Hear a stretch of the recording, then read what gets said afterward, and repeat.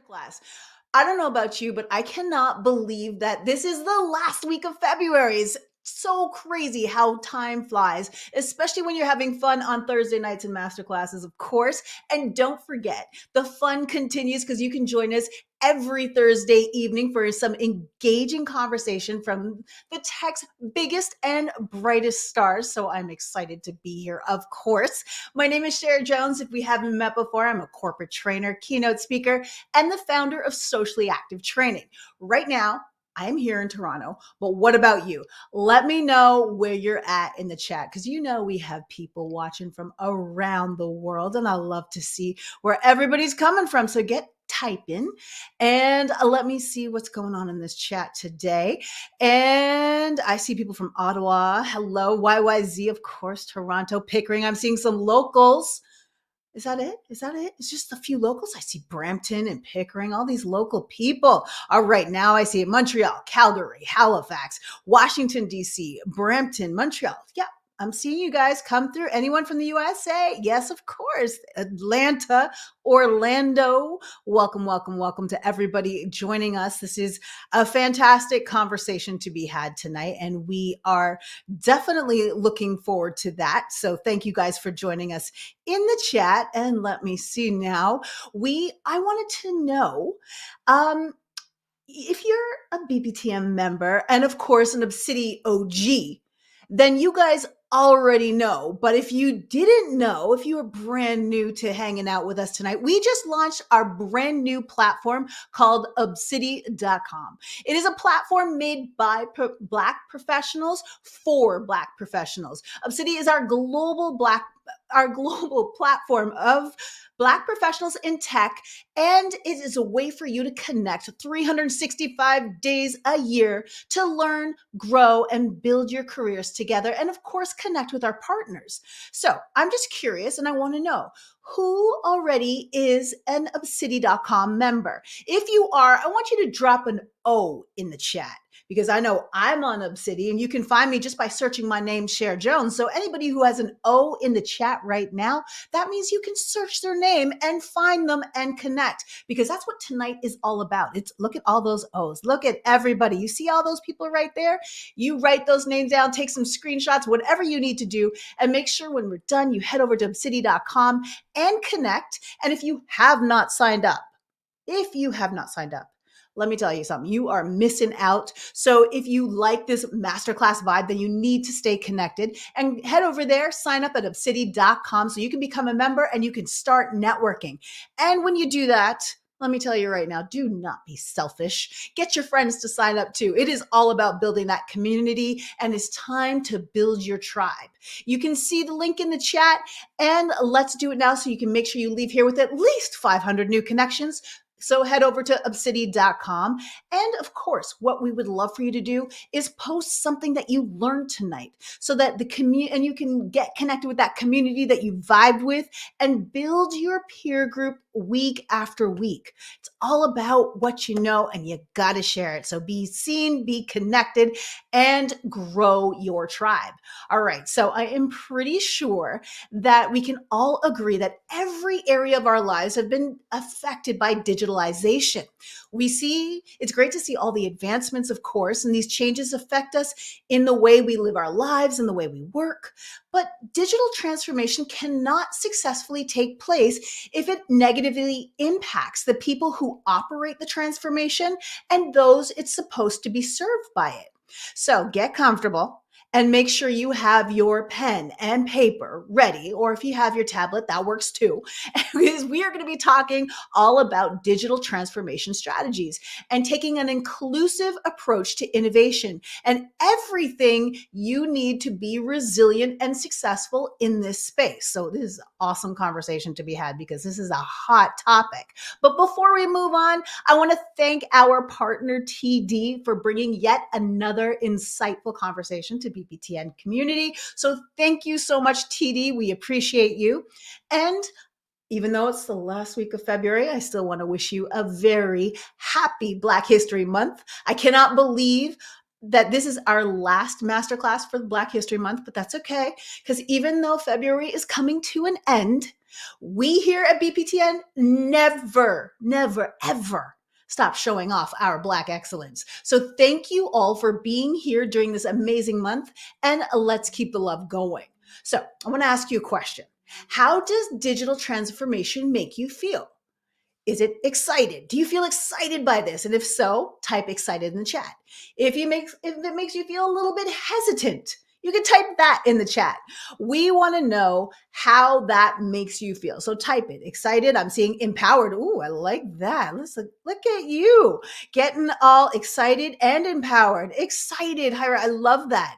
I'm feeling excited about it. I mean, sometimes do I feel hesitant? Maybe when I get some new tech, but not for long. I just have to adopt it. You know what I mean? All right. Yeah, I'm seeing lots of exciteds up in the chat. So thank you guys. Continue to share. And all those people in the chat, those are people you want to get connected with, right? So make sure you do that, because we are going to be diving deep into this topic, and we are going to make sure that you leave well informed. So let me walk you through tonight's agenda. So let's take a look at that. All right. So, guys, let's see here. Well, I've already started the welcoming and the housekeeping. Then we're going to go on to the fireside chat hosted by yours truly, and then go on to the leadership panel. And of course, there's still tunes in the end. So this is what we have packed for you tonight. Again, get those papers and pencils and tablets ready, because you are going to be taking a lot of notes. And make sure that you are connected with us and you're following us on social. You see that we have our brand new handle, Obsidi by BPTN. That is our new handle. Make sure that you're following us, and you can always tweet us, tag us, and use our hashtag as well, which is the same thing as our new handle. So Obsidi by BPTN. And of course, go to obsidi.com to make sure you are posting all about what you're learning and you are getting connected. So I got a question for you. How many of you are joining us for the very first time tonight? If you are, I want you to type 1 in the chat, because we want to welcome you to BPTN, to this community. We want to make sure that you get on to Obsidi as well. And I see that some people are definitely going to be my OGs, because you guys know what to do. Look at that. Jerry's already on it. He was like, yep, I know what Cher's going to ask. I'm an OG. That's right. So all my OGs, I see lots of ones, but I see a lot of OGs as well. I see all your names. I remember. I see y'all every week. Look at my OGs coming back each and every week, because we bring the goods. So I want to remind you that you see the chat that's going on right now. That is where the action is happening. So if you want to make sure you're networking, get connected, and also get connected to all of our talent acquisition folks, which I'll talk to you about in just a second, that's where the action is. But of course, you can also submit questions, and there's a question tab to the right of the chat tab. And did you know that these masterclasses, so if it was so good and you're like, wow, I wish so-and-so heard that, well, guess what? There are recordings after the event, so you can check them out. And here's what's really cool for all my number ones out there. You can customize your entire screen and make it big, make it small, make the windows however you want to make them. And that little circular arrow, so you can't break the internet here at BPTN, because that circular arrow will bring everything back to normal. As well, if you want to check out the slides or member profiles or anything like that, you can access the speaker bios, everything, all the kind of information that we're talking about today. That is where you can access them. So feel free to have some fun with those buttons down below. And as well, I want to introduce you guys to our talent acquisition folks. These are the people that you want to stay connected with. And so make sure you see all their names there. We got Jerry, Hyra, Sangeetha, Sheila, and Ren. These are the people that, you know what, they got the keys to TD. So you want to make sure that you're connecting with them through the event and over on at obsidi.com. And while you are connecting and taking their names and making connections, I want to have just a little question. You know me, I love my questions. And it is Black History Month, so I got a trivia for you. And on the screen, you're going to see the trivia question right here. So it is Madame C.J. Walker. A notable African-American entrepreneur, was the first female self-made millionaire. First female, not Black female, first female self-made millionaire in the United States. How did she make her money? This is the question. Was it a successful soul food restaurant chain? Was it hair products for Black women? Did she sell head wraps for Black women, or did she produce successful shows on Broadway? Look at this. Everybody seems to know the answer, but are they right? How'd she make her bank? Did she secure the bag?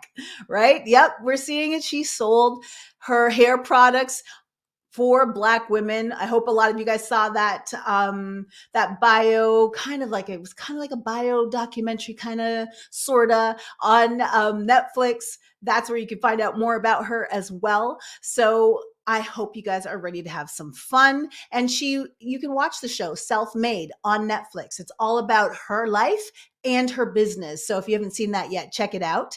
And I am sure that you guys are pumped for the main attractions tonight. We have an amazing panel that's going to come on later, and they're going to give us some key insights on human-centric digital transformation. But first, it's a fireside chat time. And so I hope that what we're going to learn today and what we're going to talk about today is going to blow your minds, because that's what we want to do. So first, I want to invite our speakers to the stage. Imran, you are up first. So this is Imran Khan. Welcome to the stage. Great to be here. Great to be here, Cher. Awesome. Let me tell everybody a little bit about you. So, Imran leads global innovation and design for TD with accountability to guide TD's innovation ecosystem. Previously, Imran has held various executive roles with several business segments within TD's digital and marketing groups. So, again, welcome. It's great to have you. Awesome. Great All to be right. here. And by the way, I was at the first masterclass, so I'm glad to be back. I'm definitely an OG. I'm an OG. I'm in Yes, that. you are an OG. That's exactly it. I love it. So, yeah, shout out to all my OGs, including Imran. I love it. And next up, I have Karen Maxwell. Karen, welcome to the stage. How are you? Hi, Cher. Nice to meet you. Nice to see you. Well, I'm yeah, good, thanks. exactly. Because we did hang out before. We're actually like best We buds, guys. did, we But did. but for those of you who don't know, Karen is the AVP head of experiential design and strategy at TD. She's a results-driven leader with experience delivering business and customer outcomes that exceed expectations by exploring future possibilities and pushing boundaries of innovation. So welcome again, Karen. It's so great to have you. Great to be here. Are yeah, definitely. So Imran and Karen, you both have held senior leadership positions within tech. I would love for you to tell us a little bit about how you got into tech and share just two highlights from your career that helped you to get to this exact moment. Imran, I'm going to start with you. Absolutely.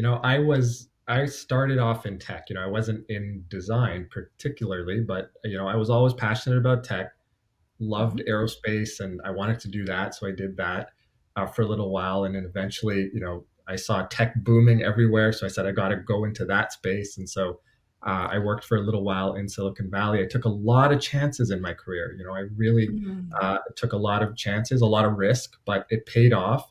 And then eventually, I worked my way into the bank and grew in the bank. And I tried many different roles: marketing, as you said, on the digital side, and now with innovation and design. And I'm really excited about the future. Ah, you know what? That's awesome. When you can be excited, like you're in your role, you were excited making your way through things, and then you found your spot and you're like, I'm loving this. So, Karen, what about you? Talk to me a little bit about your journey into where you're at now. Yeah, I'm a little different. So I got into tech in a different way. Actually, I got into design. Okay. So I went to school for design many years ago. I've been in the design industry for over 20 years. I've been with TD for the last 7.5 years. And actually, when I went to school for design, UX was not mainstream. In fact, most of my family and friends didn't know what I did for a living. I had to explain it and educate, and along with I was on the consulting side, so a lot with our customers, just really trying to help them understand how important design and customer experience was. And so, fast forward to 2022, and basically organizations have really embraced it and really understand how important customer experience is and how important design is. And Mm. that's what I do for a living. But two things I think that were kind of very big highlights in my career were really, you talked about finding your tribe, and I think it's really finding like-minded people that believed and championed me in my career and really offered me challenging projects and things to do, things that I was nervous about, especially as a more junior person, that really was uncomfortable. And so it's sort of, how do you grow and how do you learn? It's sort of getting on the other side of that comfort zone and stepping outside of that and really sort of exploring. And so that was very exciting for me back in the day. And then also in 2012, I went back to school and I did a master's of design at OCAD University. And that was really great because it really changed the way I thought about things. It helped add to my toolkit, I guess, as you would say. Mm. And just as I defended, I actually 2 weeks before 2 weeks after I started at TD, so that was kind of cool as well. So I got to bring all of that knowledge and whatnot to TD. And speaking to the knowledge that you brought TD, according to you, what are some of the characteristics of human centered digital transformation? And why is it so important to keep people at the heart of the transformation process? Yeah, that's a really great question. And so it's really important because really we put the customer at the center of everything we do. So, Okay. we basically make technology work for people. So that's what Mm. my team does. And, I often tell our partners that we work with that we're technology agnostic because really we're focusing on our customer.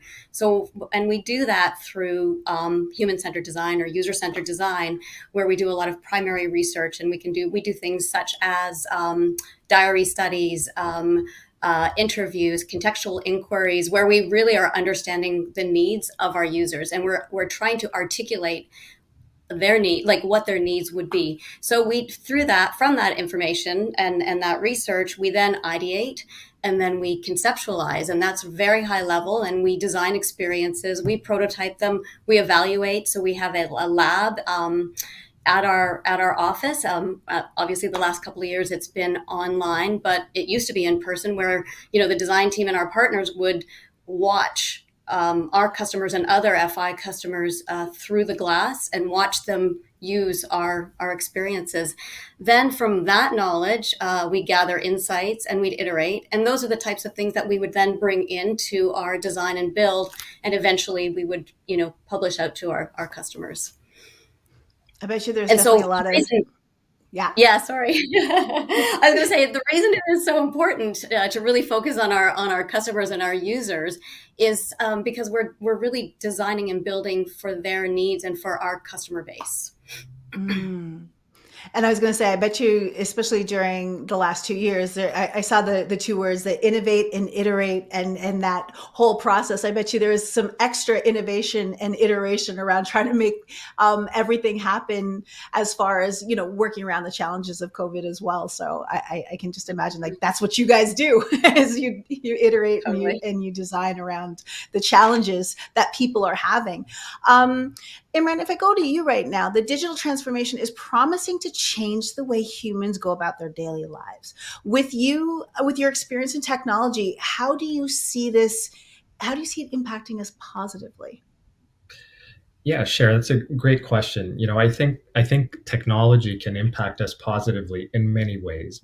I want to emphasize the point that Karen made earlier. It's very easy to get caught up with the sort of the shiny objects in technology because there's a lot of innovation, there's a lot of trends, and when you're working on your business, especially if you're trying to innovate, it's very easy to kind of follow those shiny objects, and Mm. you have to be really cautious about how you do that because the human point is really important. We're making technology for humans, and so it has to work for humans. And so that process around testing and researching with humans is really, really important. And if you do that properly, if you do that process and you follow that, you're going to get the right outcomes because you're researching it with your end users. And I think that's really important in terms of how technology can have a positive impact on us. It's really, I can talk about several technologies that have made an impact. And, we have several technologists here today. And so you all know about those technologies, but I want to emphasize, kind of how you do that in the process. And that's how we can create more positive impacts for us across the board. I'll share an example. We had a feature recently, several years ago actually, that we deployed that was related to depositing checks on your mobile app. This is a great example of how if we don't test and research with humans, we might have we might miss something. And in this case, all of us thought, wow, this is so simple. You just take a picture of a check and you deposit it. This is as easy as it gets. But we still did the research, and I'll show you a little image here that'll help you sort of appreciate what can happen. When we did the research with tablets, our customers that we were researching with took the check and they put it on the screen of the tablet because they were so used to sort of the mental model of a screen where you scan something in, the big scanner. And so they Mhm. did this, and we saw this happen a lot. So it was really common, and particularly with tablets because they have such a big screen. So that made it clear to us that, wait a minute, this is not going to work for humans. This is something that we have to really understand in terms of how to make it more usable. And so we ended up, we did a little picture of a camera and we did a bunch of stuff to make it more usable. But that's a great example of how you can have a miss. And I've seen so Mhm. many times, someone's just said, okay, this is cool technology, deploy it. And you're just thinking, oh my goodness, this is, you don't want to spend a bunch of money and deploy technology without having done all of the research with human beings, with customers, with your end users to make sure that it's actually going to work. So I think that's really, really important. And ultimately, your end users, I mean, those are the folks. That's your community. Those are the Right. people that are going to be using your services and be very engaged with you. So the more engagement you have with them, the better it is going to be for you. Even if it isn't something that you're directly using, that research can help you in so many other ways. So I think that is what I would emphasize, and I think that's really important in terms of how you kind of follow that process. And honestly, if we all do that, I think that the impact there's no limit to the impact of technology on our lives. Okay, so we that's from a positive perspective, looking at how technology is positively impacting us, but at the certain time, at the same time, we look at technology also has the potential disadvantages around certain people. And what are the drawbacks of digital transformation, and how can these be overcome? Because there's definitely like this amazing stuff that's changing the way, the fact that we can take a picture of our check like you mentioned, and the fact that you guys are embedding the research of how different people use the technology or how they think they should use it into your approach to ensure that it's designed properly. But I am getting to my question. It's really around that drawback of digital transformation. How can we make sure that we are overcoming that? Yeah, technology is very complex. My experience is, sometimes we look at it as, well, it's just, it's a screen with buttons and, it's simple and this and that. But Mhm. technology is very complex, and it's becoming increasingly complex with data Mm. and, all the different capability that's available to us. And we have to be really careful to reflect sort of our communities and how we build the technology. We have to really think about all the different use cases. We're a bank that supports every kind of demographic. We support a whole Right. broad range of communities. So we can't just deploy a technology and think about just a certain niche that might go after it. We have to really think about the broader communities that we serve and support. When you go into a branch, you want to see people that look like you. You want to Mm. we want to reflect our communities in our branches. And one of the mistakes and potential drawbacks of technology is that if you don't recognize it, you have to do the same thing when you're building technologies, when you're designing technologies, because you're designing that technology for your communities. And if you don't have diverse representation in terms of the people that are building and designing those technologies, that can be a problem too. You can solve a lot of that through research, and obviously you want a very diverse group of a group of people from your community that you research with. But I strongly believe that you want to have diversity within your team in terms of the people that are building and creating, designing those technologies. I think that's really, really important. And so that's something that can be a potential mistake. I mean, when you think about how Mm. data is used, we use data in so many different ways, and we have to be careful because our data can also be biased. If the data isn't reflective of your community at large, it isn't reflective of everyone, then there can be problems with that technology, and Mhm. um, I remember a few years ago, I'm going to share an example. I went to my doctor, and they were doing this fancy genetic testing thing, right? And so I was like, oh, that's really cool. And then, but the first question I asked them is, I was like, when you do this and you use data, do you have people that look like me? Do you have people from my Mm, background? And it turned out they didn't. So they actually mm. recommended that I don't do that yet, because there isn't the data isn't there isn't enough data for it to work properly for me. Hopefully, I think that's changed now. I'll make sure to go and check. But that's the kind of thing you want to avoid. You want to avoid those types of mistakes, and make sure that what you're doing is reflective of your entire community. And at TD, our strategy, no secret. We serve our colleagues, our communities, and our customers. And that's critical for our success. I love Yeah, that. and And for Oh yeah, jump in. I No, just wanted to, absolutely jump in. yeah, can I just jump in and add to that? Yeah, I mean, I think what Imran was saying was really bang on.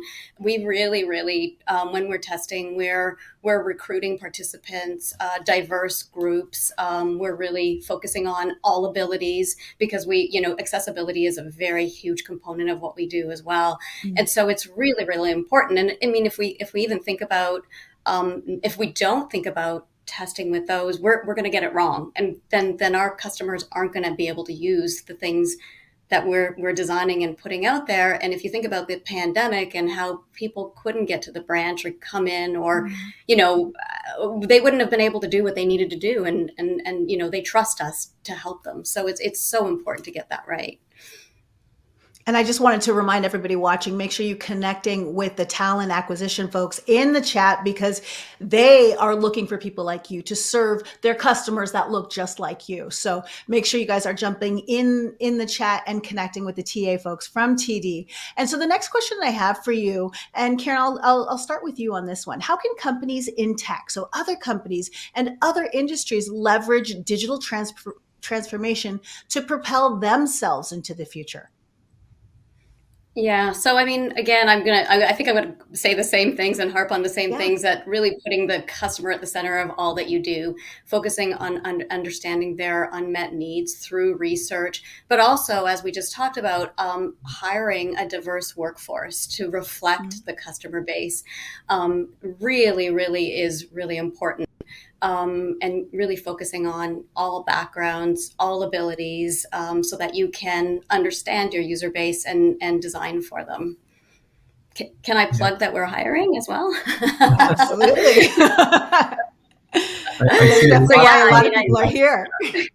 yeah, Yeah, exactly. We we're are hiring hiring. a We're lot. looking for passionate, talented, experienced designers, strategists, researchers, writers, all in the design field, all levels, junior to very senior. We have a great culture, amazing talent. We have diverse teams. We're a green company, and we truly advocate for the customer. If you're passionate about these things, reach out. We'd love to talk to you. Hey, share. I'll share a little bit. I think Karen, absolutely. You have to, look at the process when it comes to technology, and and again, that would be my number one. So Karen's kind of really nailed that. I'll share a little bit more specifics. I know there's a lot of people on the call that are working at different companies and trying to solve these problems, and make sure to follow the process and do your research. But the way we did it at TD, we looked at first we went to a self-serve model. So technology, if you think about technology in terms of servicing our customers, I'll use that as an example. We used it as a way that customers could self-serve. It was very convenient. You could do it from your home. You didn't have to go into a branch. So there was a lot of convenience there and ease of use, etc. Um, as things evolved, we noticed that the experiences around us, not just within banking, but in any industry, were evolving to be more about exploration, discovery, advice, that sort of thing. So data started to become a bigger part of our story. And we then started using data to provide more advice within our applications, and also allow the customer to explore, to discover, drive more engagement in that way. And that's how we're kind of evolving now. And so that, the way that we use technology is going to evolve. And there's more trends on the horizon. You guys are hearing about a lot of them in terms of, the way decentralized currencies and the metaverse and things like that. You have to, I think you do have to pay attention to these trends. You have to be careful again, not to just jump in, without the right process. But I think it's important to pay attention to those as well and how they apply to your business. Well, I love that. And I think that's some incredible advice that any business owner or business leader needs to start paying attention to if they haven't started already, because it's changing fast. It's coming in hot, and you guys have some great advice. So before we wrap up this amazing chat, I would love to ask you both if you have any words of wisdom with regards to successful digital transformation that you'd like our audience to remember. So if they could only walk away with one thing, what would you make sure you tell them? Karen, you want to go first? You go first, Imran. Okay. I saw you leaning forward, so I was like, maybe I'll wait. She wants the Um, mic drop moment. That's it. yeah, yeah, no, absolutely. And Karen is amazing, by the way. She definitely has earned the mic drop moment. What I would say is, and I'll answer your question, and then I'll address sort of for the individual. But we talked about, think about how you're doing things in the process. It's really important. I think now there's science behind how we build technology and how we connect with humans.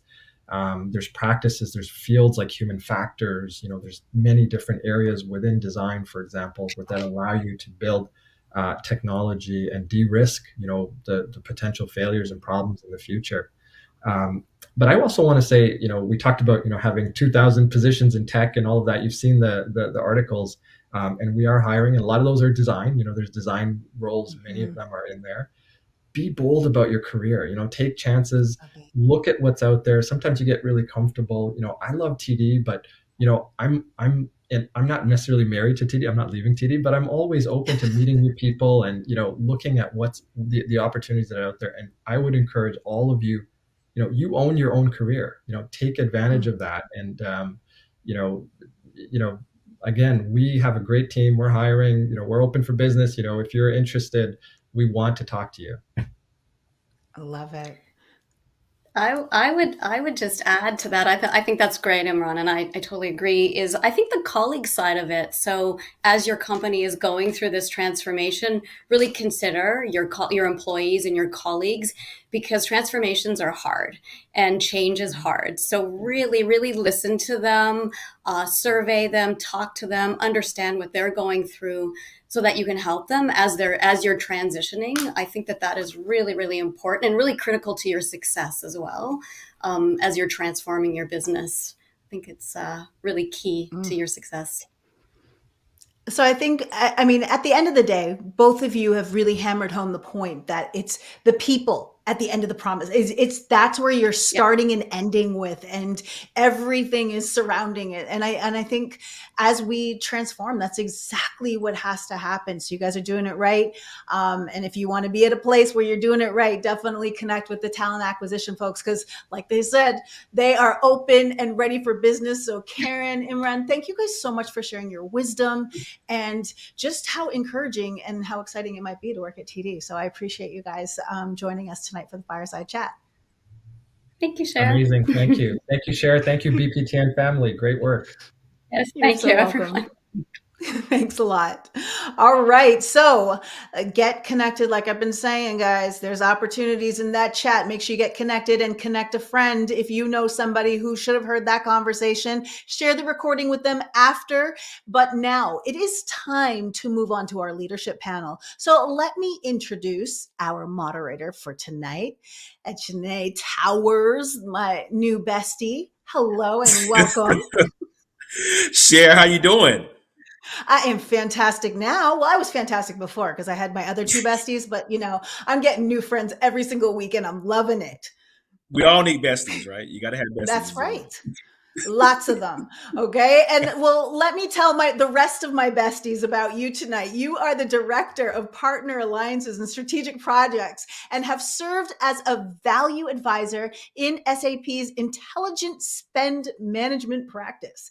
You help customers identify and realize their source to pay business objectives and outcomes. So welcome. I will let you take it over from here and I will see you at the end of your discussion. Wow, I got big shoes to fill, but thank you, Cher, for that. I'm going to hire you for my PR person. So thanks for having me.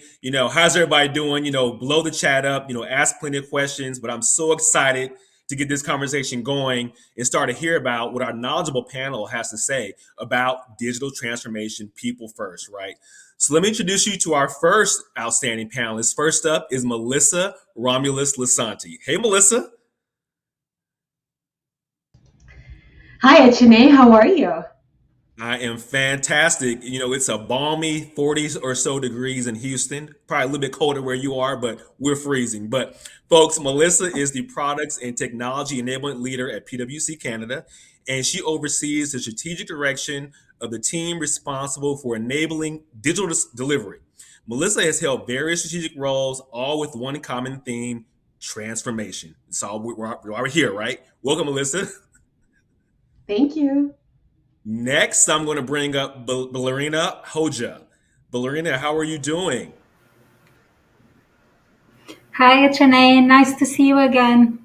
Nice to see you again. We just were talking a few moments ago. Ballerina is the AVP of Customer Engagement Platforms and Channels Tech Strategy at TD. She's accountable for developing and evolving the tech strategy for customer engagement platforms across the digital contact center and branch store channels. She leads multiple concurrent delivery initiatives. Welcome, Ballerina. You got a lot of wealth and knowledge to bring to the table. So happy to have you. Thanks a lot. Thank you. Next up is Roderick Chamber. Roderick, my man, how you doing, buddy? Hey, doing very well. Glad to have another Texan on this call. Appreciate it out of San Antonio. So fantastic. Absolutely, absolutely. So we're probably feeling both cold out here, right? So, Roderick serves as an information Yes, security you're and very much intelligence so. advisor for public and private sector entities, as well as board member of American SPCC. As a career security intelligence professional, he has designed, implemented, and supported information security programs at organizations of all sizes and industries worldwide. Welcome, Roger. Glad to have you on the call.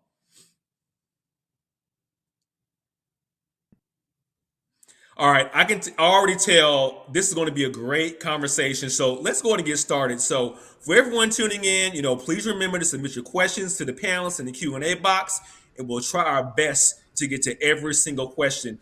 But let's start off with an icebreaker. This is going to go to all of our panelists, and everybody knows it's Black History Month, but quite frankly, Black history, it should be taught all year long, not just in a month. But this is our last masterclass for February. And I just want to kind of hear from you guys. Can each of you tell us, one thing, big or small, that you've done to celebrate Black History Month, either at work or in your personal life? So I'm going to open the floor and just let anybody kind of chime in. At Janae, over here, we're all about next gen education and awareness. Our family's intentionally celebrating by taking a closer look at some of our Black Canadian pioneers. So I purchased a book. Actually, we were gifted the book called Trailblazers, and it's all about everyday humans who have shaped Black culture in Canada. And my 10-year-old has been bringing this book every day to school and sharing a profile with his class. That's awesome. We do have some significant trailblazers out there, and I may have to get that for my kids. Roderick, anything you got to bring? Anything you guys have done? Yes. Definitely, definitely. So, what personally, every year for the last 5 to 6 years, I post on social media a Black History fact, both past, present, and future, to show and highlight inventors, singers, musicians, athletes, everyone. This year, for professionally, we gifted out the book Cast by Isabel Wilkerson. Had everybody read that. Had a couple of book club sessions. Try to get everybody, just up to date with some useful information and getting people that conversation started. So definitely glad to be able to contribute every year to Black History Month. Outstanding. And Blarina, how about you? Anything personal or professional? Yes, I'm really blessed to work for an organization like TD, who actually had a lot of events throughout the entire month, and it was many multiple themes like Black Thought, Black Wealth, Black Health.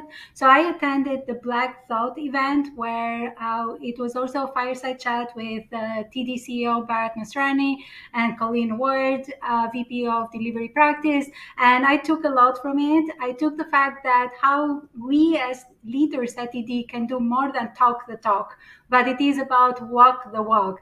And I was also inspired and stand right 100% behind what Colleen was putting back to Barra the challenge that we can increase the TD, representation in the executives ranks at TD because we have such a fantastic talent, and what we can do with sponsorship and mentorship.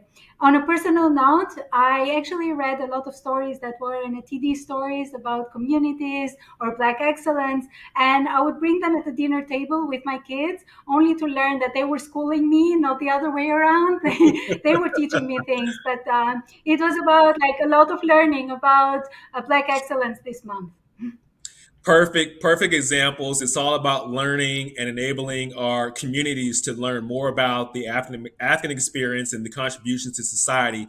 And I just tell you in general, SAP does a fantastic job of, highlighting the culture, highlighting Black excellence. And one thing we did in Texas specifically was we actually did a trivia. Every day we had 4 quiz questions that went out to the entire Texas market where I live actually, and the fastest responses got prizes for the responses. Now, granted, some folks probably went to Google to get the answers, but at least they tried. We had a lot of folks submitting their answers, and we got a lot of feedback. Folks were saying, "Wow, did not know this person was a trailblazer.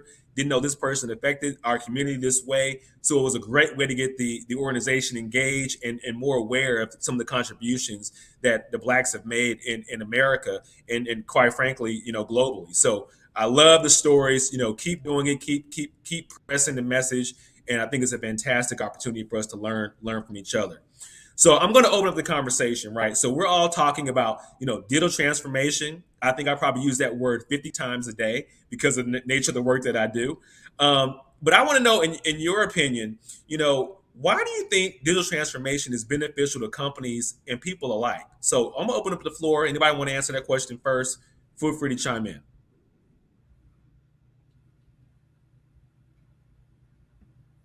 Definitely. So, with that question, digital transformation, I always look at it from a intelligence and a security standpoint.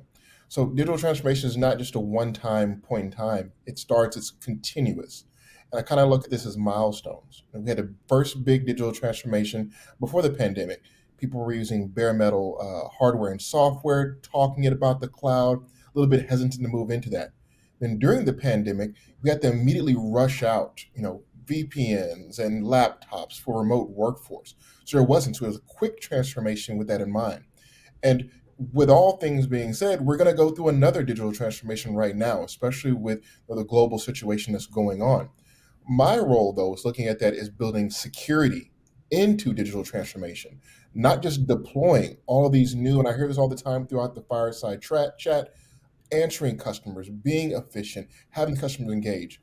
I have to look at it from a security point of view of saying, how can we release these new digital transformations, these new devices and technology with security in mind without it being overwhelming? So we can look at it from that point of view. Lots of milestones. Digital transformation is always continuous. But as we go through our certifications and trainings and different business units, we do have to start building security in mind. How do we make this efficient while also securing it not for just our customers, but for ourselves as well? Roger, a lot of us don't think about security and the importance of that. So I think there's some great anecdotes that we can all learn. And we all have gone through a digital journey these past couple of years, and we want to do it securely. So I think those are very, very valid things. But Lorena, I'd love to get your insight into this topic as well.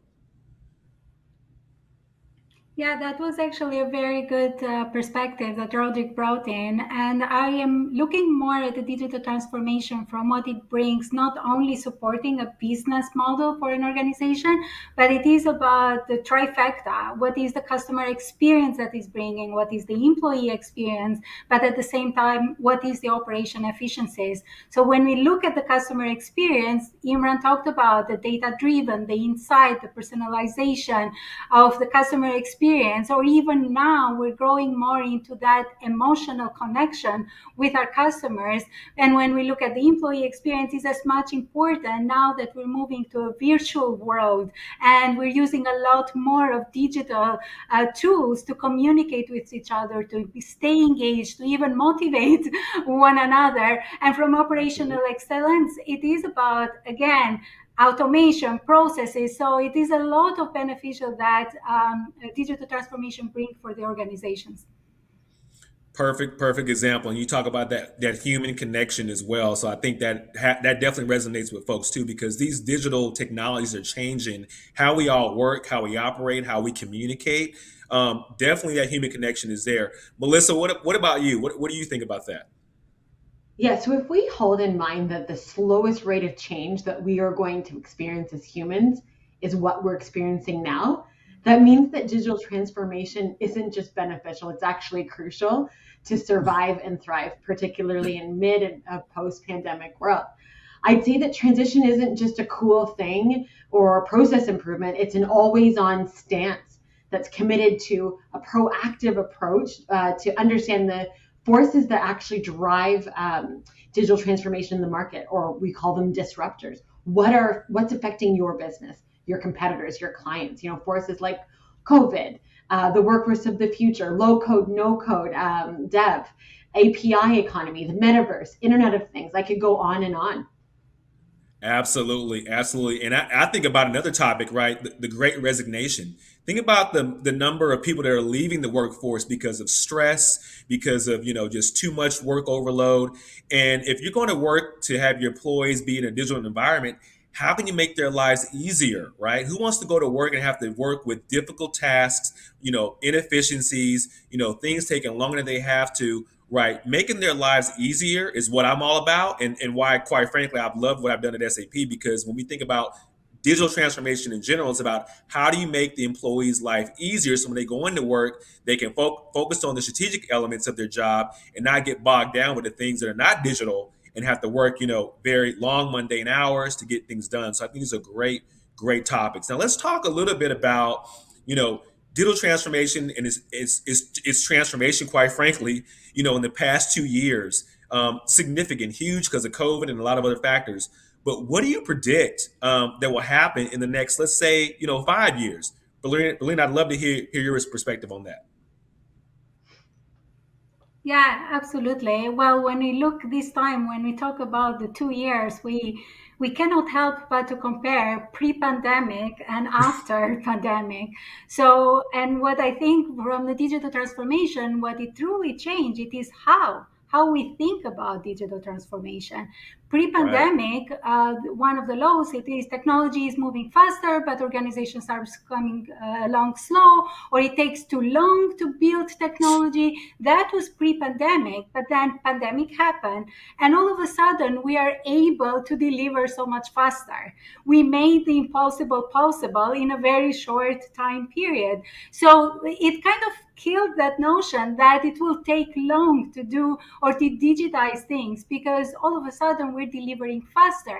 So what I think that it's going to bring, this COVID that happened, it is going to bring the this new openness that we have towards being more flexible, being more agile. How do you use that? And what Melissa was saying earlier, if it started as a surviving, how do we actually thrive in it? So that was what Right. this the last 2 years did for the digital transformation. And looking from what come some of the trends, Imran already mentioned the self-serve or as a service. Melissa mentioned as well the everything is as a service now. Now you can actually build something with no code and no need to purchase powering computer. So it is so much easier to deliver because everything is coming as a service. But also what I noticed in my space, it was such a large increase for AI. So AI has always been here, but now it is everything is powered by AI or it's going into that direction. So we'll see more and more trends and things like not just virtual assistants or facial recognition that have been here for a long time, but it's also about how do we make life easy, how to make it more simple, how it is there to augment what we would get from a human touch.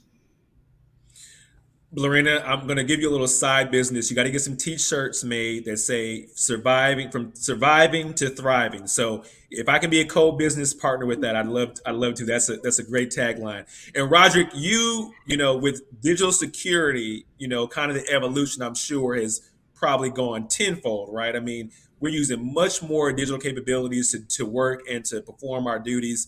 Do you think in the next 5 years it's going to be dramatic, even, quadruple transformation when it comes to digital security? Yep, absolutely. I think it is. The next 5 years we're going to expand, but I also look at it from a point of view of the haves and the have-nots. If we look back right now with digital transformation technology, we can look at our own students, issuing our students Wi-Fi devices, looking and seeing the disparity between having sustainable internet in homes for students to have Zoom meetings, workers who had failed connecting with the signals, and those who could go out and get the 5G networks. From a security point of view, sending out authentication code, your Google authenticators, your secure IDs, who actually had smartphones and who still had those basic analog phones. So as it expands, we talk about things like the metaverse, virtual currencies that people were afraid of, that people are now investing in. There are going to be those who have the haves, who can afford it, who can invest, who can use it very quickly. But looking from a financial service industry point of view, I look at those individuals who might have gotten a check to cash. Banks were closed, you couldn't go inside. So then they quickly had to learn, how do I deposit a check, a hard copy check into this machine? How do I check my balance if you didn't have a bank card?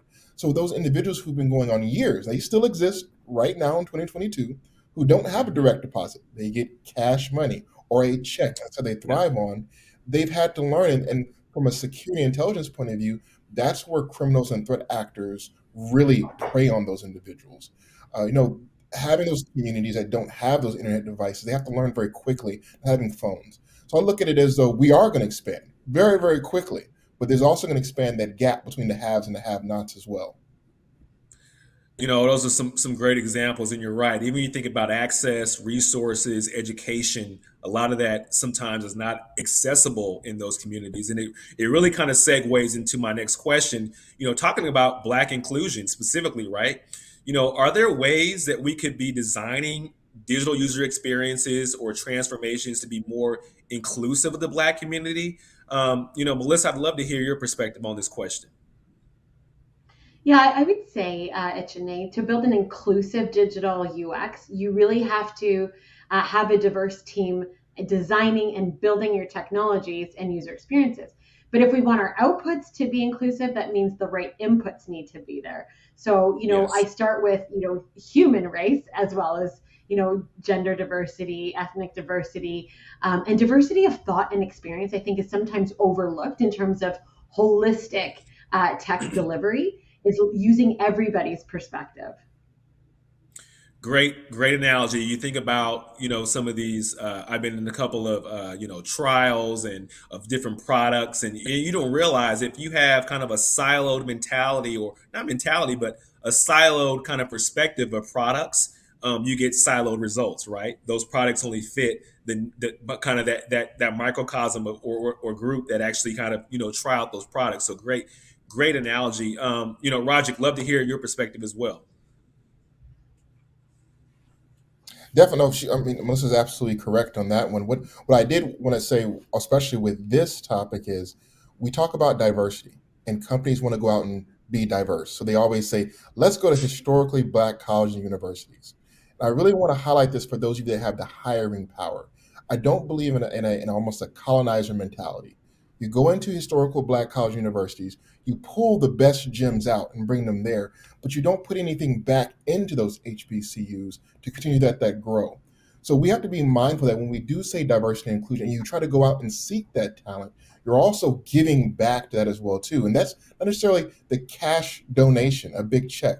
Sometimes it's taking your technology and working with those coding departments, maybe building an intelligence group that's there, providing some of those SEAM devices if you're working with Splunks and anomalies and different ones, teaching and building into those universities so that there's always a resource to grow from. So those of you that do have hiring power, make sure that when you go out to build and expand and not be siloed, you don't pull out all the resources without replenishing it. You do both. You pull and grow, but you also help plant seeds for the future as well. Roger, I love that, planting the seeds. When I think about, even my experience at a HBCU, to your point, a lot of organizations come in, I've seen them pull the talent, but I don't see the investment going back. And I think that's a great sound piece of advice we can all use and leverage is talk to our organizations about how are they reinvesting in those communities to get that upskilling of our future talent where they need to be. So I love that. When I think about kind of the next topic, how can companies ensure that their employees and customers can really navigate these technologies like cloud computing, IoT, AI, in their transformation process? These are all new words to some people, a lot of buzzwords, quite frankly. And a lot of folks that aren't tech savvy don't have a clue what we're talking about. We say IoT and AI. They probably think we're talking about maybe Ti, the rapper, or somebody like that. But these are some very new words. So, but Lorena, I'd love to get your perspective on, what can companies Yeah, do to get folks to understand these terms? yeah. Yeah, and actually, I'm going to put a little bit of Roderick's hat right now because I'm going to answer this from two different perspectives. One, it is the controversy, the risk, and the responsibility that comes with building and implementing these emerging technologies. And the other one, it is more from the adoption. How do we drive and promote adoption, especially for people with that are not as tech savvy? So we know technology is the biggest agitator. We know that by now. But at the same time, we as humans don't always trust it. A little bit earlier, I was talking about AI, right? But it's already where AI is getting a lot of pushback because of the way it's being used and sometimes may be considered dangerous or obstructive, irresponsible. So, and Yeah. it may come because AI is feared a little bit because we don't fully understand how it works or because it's complex. But sometimes people also question the malicious intent behind it because these Mhm. technologies can also exploit vulnerabilities and can cause even psychological harm. So, in so many ways, it is rightfully so that it is not trusted. We have many cases, many scenarios. Both Facebook and Microsoft were in hot water because of the controversy that they caused with the facial recognition and virtual assistants. But at the same time, AI brings so many good things for many industries, including health. We know that. So it is about that transparency and that responsibility, that accountability that it brings. Yes, regulation is becoming something that many, even governments, are thinking about it right now. In European Union, for example, they did the AI Act, which prohibit authorities to use social scoring system or facial recognition in public. So a lot more regulation is coming out there, but it's about finding that balance, right? Finding the balance between the regulation and when are we stopping the innovation, and as a technology builders, having the responsibility and accountability, being transparent. Why are we collecting your data? How we're using your data, and how, and be transparent about that. But the responsibility also, if we're building AI, how well are we ensuring that we're not causing harm? And that's the security part. The other one is the adoption. And adoption, I think it's like anything else, managing change, right? Small increments, use feedback, use training, all of the things that Karen and Imran already shared with us earlier. Such great feedback. And I'm thinking about my mother now because she is not going to do the cash checking on her phone. She just is not. She's against it. She doesn't trust it. And we just have to create this culture of trust and, privacy, information not being shared with folks that shouldn't have it, but that's what's actually going on in our community. Is, they don't trust these latest technologies, and they've seen, quite frankly, in some instances where you try to move into these kind of new spaces, and what happens, information gets shared, lack of privacy, things like that. So I love this conversation. Melissa, I'd love to hear your perspective as well, coming from, PwC, because you probably deal with a lot of customers, trying to advise them, bringing thought leadership. Tell us how you feel about this. Yeah, so I want to bring it right back down to the human centricity of it. If we start with the premise that, we don't start with solutions, we start with problems. Something that I pride myself as being a true PwCer is being willing and courageous to come in and ask the powerful questions to unlock the problems that we're trying to solve, that we're aiming to solve with and for our clients.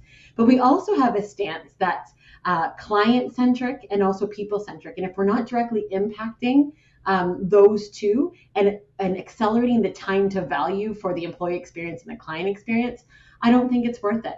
So my mantra is think big, but start small. Listen to the problems, listen to the needs of the client, iterate, do proofs of concepts, and ask people, is this really the note that we're trying to hit here? Testing, like Lorena said, and be willing to fail and course correct and try it again. Melissa, you got to get a shirt company too. Think big, start small. I'm loving the anecdotes. Thank you guys so much. When I think about organizations, small companies, big companies, they all have diverse employees who are taking on, these digital transformation journeys. How do you actually, do that without creating really kind of honestly a further divide or disparity in accessing the technology? Belinda, I'll turn it over to you. What do you think about that? Yeah, it might sound a little bit as a repeat of what Karen and Imran said, but that's because TD is a great place to work. And I forgot to mention I'm hiring. I may be having 1% of those 2,000 people. So, but I think it does start with creating a diverse and inclusive workforce. And that is key. And when I joined TD 5 years ago, within the first week, it became very, very clear to me that TD is truly committed to diversity and inclusion. It's really core of who we are, and we understand that this is very critical to our business success. I was a diversity hire not because I'm a woman in tech, but because of my diverse experience.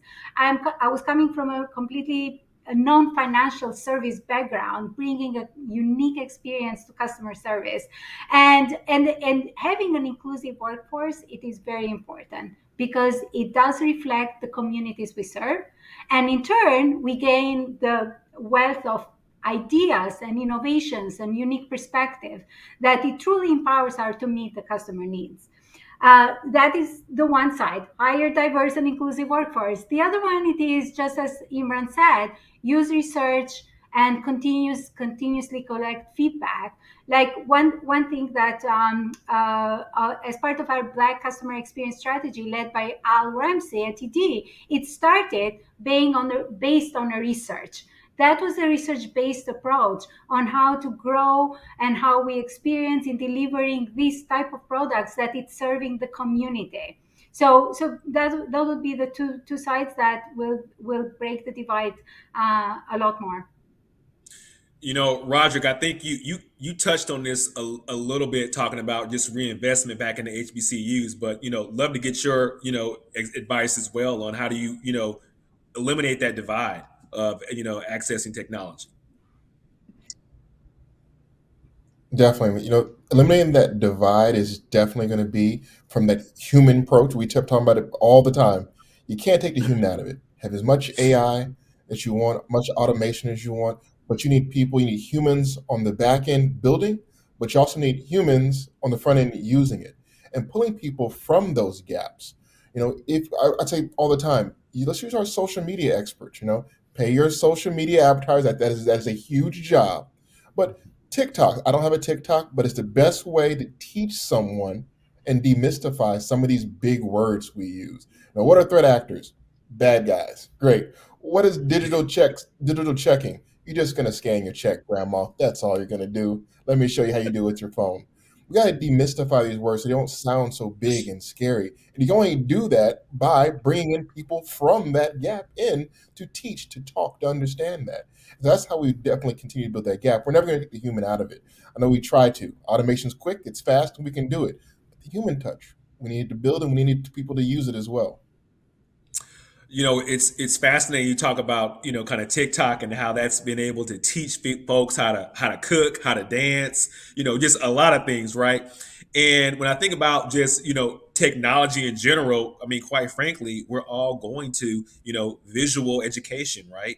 Enablement is not just sitting in a classroom anymore. It's not just listening to a professor right on a chalkboard. I mean, the way we are enabled today has just changed totally.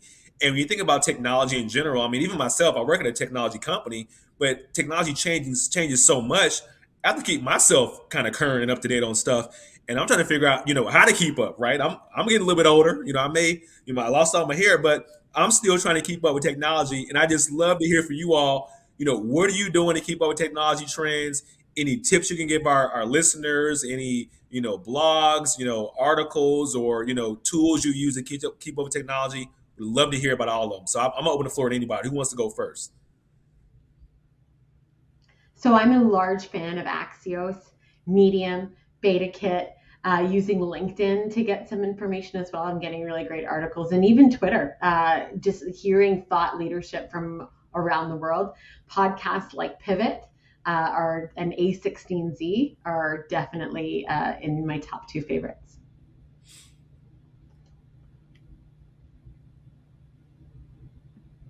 Roger, People Belinda, always what say you about you? can't trust everything on the Yeah, internet. You're you're spot on. You can't trust everything on the internet. You're spot on. So yes, Wired, I use RSA all the time. The podcasts are really good to have, but also say too, focus on your security training at work, because just because you do it at work and take that training at work, you can apply it to your life as well. So don't write your password down on a post-it note and put it on your monitor. Don't save it on a file on the desktop either. The thing you do to work. Don't do it at home either. It works both ways. So start there with those training courses at work. Okay, we get that going. Belinda, you were gonna say something? yeah, well, the same with me. Yeah, very similar with me. I do usually watch YouTube videos or listen to podcasts, but did I say I'm lucky to work for TD? It is also, we do have a very, very large number of training at TD that it is from everything, and it is very well curated content. Could be articles, could be videos, could be actually even technical training. I'm personally myself pursuing training for Azure. So it is quite a lot of training that they already are providing at TD, and you can do it at your own time. And one thing I'll say that we often tend to overlook: leverage your network. When I think about the folks that you all are connected with on LinkedIn, on your social channels, right? You have some smart friends, some smart colleagues, right? I'm going to be hitting up Melissa for stuff. I'm going to hit up Roger for stuff. I'm going to hit up Belinda for stuff. It's like I don't want to read a whole lot of stuff, but if I can call and pick up a phone and ask somebody, some of my network, that's sometimes the quickest way to learn about technology, right? It's like cybersecurity. I'm going to hit Roger up on the phone. So don't forget about your network. It's super powerful. We sometimes tend to overlook the value of your network and how much access you have, really right at your fingertips, quite frankly. When I think Hey, about, Echene, yes. I just wanted to jump in quickly on that, because what you sparked for me was to remember that we don't have. It's not a far stretch to be more tech savvy by becoming conversant and understanding how technology is impacting our sphere. So Roderick just hit it with security and with reminding us about passwords. It's what he knows. It's what he's comfortable in. So by challenging ourselves to just be conversant in what impacts us contextually now, we can actually add so much value to our networks and not put a lot of pressure on ourselves to know everything and be conversant in edge computing tomorrow. Exactly, exactly. I don't want to be an expert on all topics, right? I want to pick a couple of few, and hone in on those. That's great. We've been having some very positive, discussions thus far.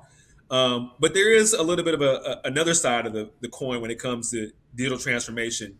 When we think about maybe projects that have failed or digital transformation, journeys at organizations that probably didn't go as planned, or it probably just hasn't worked, quite frankly. Um, can you give me some examples, and maybe I'll point to Project first? Is there a time where you had to, kind of remediate through a tough project, had some difficult challenges through a tough project?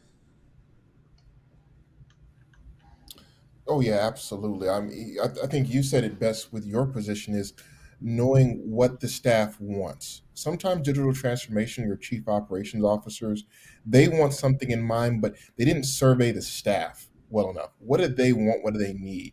So sometimes when you're rolling out different communications, we're going to use Slack, we're going to use Teams, and we're going to have all these devices, and it became overwhelming and just fails. Now you purchased a very expensive product that no one is using, that it's not getting the job done. You have to go back out for another proof of concept, find another product that works when you didn't properly, assess and poll your staff. What do they need to do their job? That is what we had to figure out, and that's missed. That has been missed before, and it can be very disastrous, not only financially but also talent-wise too. I mean, we talk about the financial aspect, but we talk about the mental aspect of that. You have new employees coming in, you have interns, you may have some that are already afraid of digital transformation, and a failed project will damage that psyche. Can I actually do this job? Am I deficient? And it's not, it's the product. So we really do have to take in mind as we're building that roadmap and design of knowing, what does my workforce need to accomplish their job? Is this overwhelming? Is this what they're asking for? You can do a lot of damage, not just financial, to a fail like that with digital transformation. In my line of business, we're selling software, and we call that shelfware, right? We go out, we sell, but then the customer doesn't use it. So when those renewals come up, it's like, hey, we're back, buy more. And they're like, wait a minute, we didn't even use the last package we bought. That's a no-no. And I'm sure Melissa has a lot of anecdotes around that, being coming from PwC. Share your perspective, Melissa, on maybe some tough projects, or where it hasn't actually worked. Yeah, so what comes to top of mind first is change fatigue. And it's not necessarily a specific initiative that's failed, but just doing too much all at once. Roderick speaking to what do the people need right now to do their job well. In some instances, we found that the neatest tool that we could put in our employees' hands was a chatbot that would link information that they needed in real time and save them time searching through layers of administrivia to get an answer, right? So that concept of failing fast, of learning from everything, creating from everything, has helped me move less from the waterfall world of project management and closer to agile. Working in small time sprints, reviewing work, getting feedback, course correcting, incremental changes. And sometimes failing means that you're actually you're one step closer to what's actually needed or what the real solution is. So Yeah. promoting that culture of failure can incentivize the idea of sharing and creativity. So I would say that's the upside to a little bit of failure culture. Great response. And I think now we're at the point where I'm going to get a little bit emotional, a little bit personal. I'm going to take off the jacket.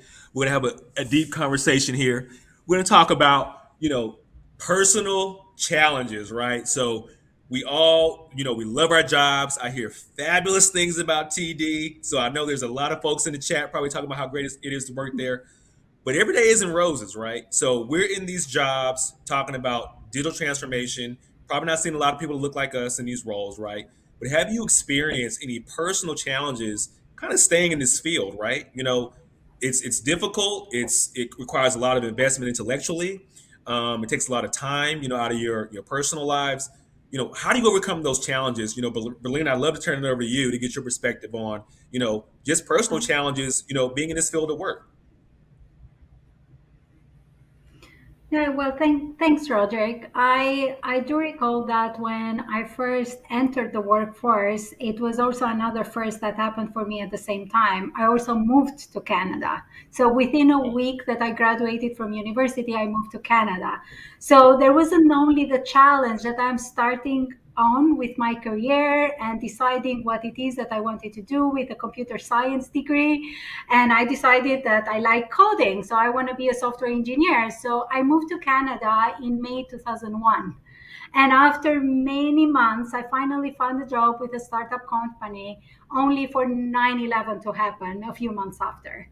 And then all of a sudden, many months after 9/11, I found myself again without a job, competing with many software engineers that were more experienced than me, knew the language much better, had the connections. I was at the stage that I was even afraid to speak to the recruiters on the phone because I was afraid I wouldn't understand what they were saying. And if I asked them, write me an email, wouldn't be perceived as well. So that was a big challenge for me when I first come to just get sink my teeth into something. And many times I even thought, should I change my path? But I stick with it, and until somebody took a chance on me, and I stayed with that organization 8 years after, and three promotions later, I stick with that career path despite the difficulties of not having the right connections and all the language challenges and so forth. And if you met me 20 years ago and told me that I would be here today, I would have said you're crazy, because there was moments that I wanted to give up, but it I stick with it. So that's my advice. Keep going with your objectives. Good advice. Keep going, Roderick. You're nodding your head. I see a lot of head nods. Anything you have to share? Yep, no, definitely. I will say this, for those that are out there looking for different certifications, I know that one of the hardest things, just I feel very blurry, and we were right there together. Leaving the federal government, there was lots of certifications that I had that just didn't translate to the private sector. That was very difficult to go through. So I had two huge challenges getting out. Was the first challenge was translating my background and skills into what it looks like in the private sector. That drove me to go, and I got three certifications: the CISP, the CISM, and the CompTIA. One, to be able to translate that to the community. This is what I can do. This makes sense to you. But my first role outside was with a consulting firm that was almost 92% white males, and the only about 2% females, and the only females in the firm were the wives of the board members and CEOs. So I got hit with a whole bunch of imposter syndrome. Do I belong here? Can I Yeah, do this job? Am I a diversity hire? And so yeah, getting over those humps and being able to, one, get the certifications to reinforce that I am a subject matter expert in my principle, but then able to go and speak more, that also changed my direction, and I moved up and away from that firm. That wasn't a place I wanted to be in. I knew that even with the federal government, I know that black females getting through the federal government training that I had was small and few. So their struggles were 10 times more than I had. It was already struggling. So I like to go back and say imposter syndrome. Don't become a certification junkie. Be very focused on what certifications you want. Where do you go? And then always extend that reaching hand to help somebody else out too. Because somebody's sitting there right there with you with imposter syndrome. Somebody's looking for that chance, getting out the government, getting out of a private sector job, or just the great resignation, as Echene said, looking for that next big role where they don't want to be in that environment anymore. They want to thrive and grow. True diversity and inclusion, and not thinking you're a diversity hire. So, and it still grows. I'm still going to have lots of more challenges, but those are really big. I know a lot of people feel that out there. if anyone hasn't heard that word imposter syndrome, look that up. Tons of articles about it. I've struggled with it as well. Wondering if I have the right to have a seat at the table. Trying to fake it till you make it sometimes, and it's real, right? And Roger, I've seen some of those business cards, right, where the certifications are so long. They don't have enough, enough real estate on the business card to get the certifications on there. So I totally get it.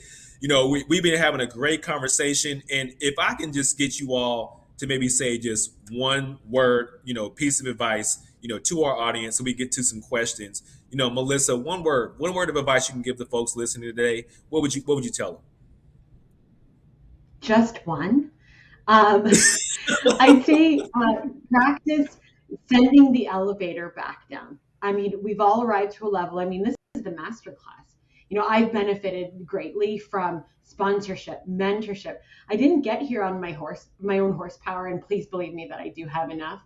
But what's our legacy? By bringing people back up, by making work visible, we know that the pandemic has changed the topography even of the notional boardroom.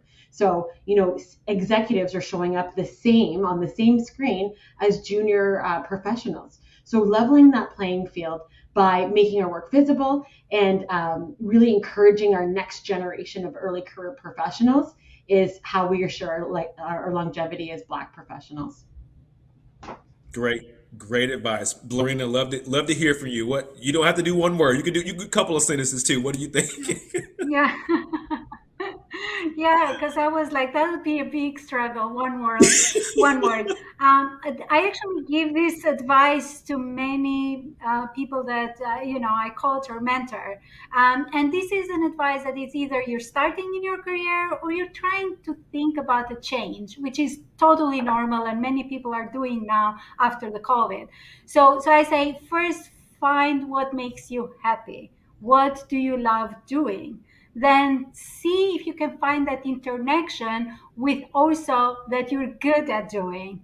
And then once you figure that out, chase after it with all your might and power. Use all your connections, all your network, and the moment the opportunity presents itself, no matter how scary it is, take it. That's my advice.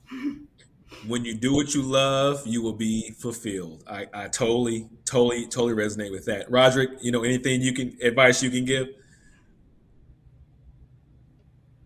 I'm going to sum up these very great words and phrases that we had there. I heard the word change. That's it. Change can be great. It can make you feel wonderful. Change can be very scary, make you want to cry. Change can have you just in that zone of, I don't know what I'm doing, but change is always going to be there, whether you want to or not. So where we think you are today may not be the same thing tomorrow, a week, or month from now. You got to embrace it. Know that people around you have to change. Our employers have to change. Work weeks have to change. Family lives, everything around us is changing, and you both capture those things. So if I can say anything, just be and embrace it. It's going to happen whether you want to or not. So embrace it. Exactly. Exactly. Well, you guys, this has been a fantastic panel discussion, about people first, a human-centric approach to building and sustaining digital transformation. We got a lot going on in the chat room. If anybody has any questions, we do have a little bit of time to answer some of those questions. So I've been trying to monitor the chat to see. I'm seeing a lot of great feedback, loving the passion, loving reading all the messages. Anybody have any particular question they want to bring out that we can probably answer? Happy to answer those. Any of our moderators are available for a few minutes to answer those questions.